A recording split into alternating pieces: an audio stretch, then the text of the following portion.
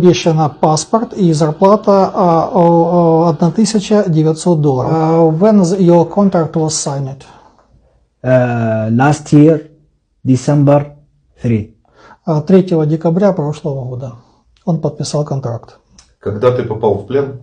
When he was captured? 7 of January. 7 января он попал в плен. They didn't give me the exactly things what I saw. When I saw, I was shocked. I didn't know the exactly things because I thought I will be serving inside Russia, and the military of Russia, they are in the first line, so they need some people in the back. So I didn't expect what I saw. Он был шокирован, когда оказался в боевой ситуации, поскольку ему было обещано, что он будет служить в тылу, поэтому все, что с ним произошло, было абсолютно не тем, на что он рассчитывал.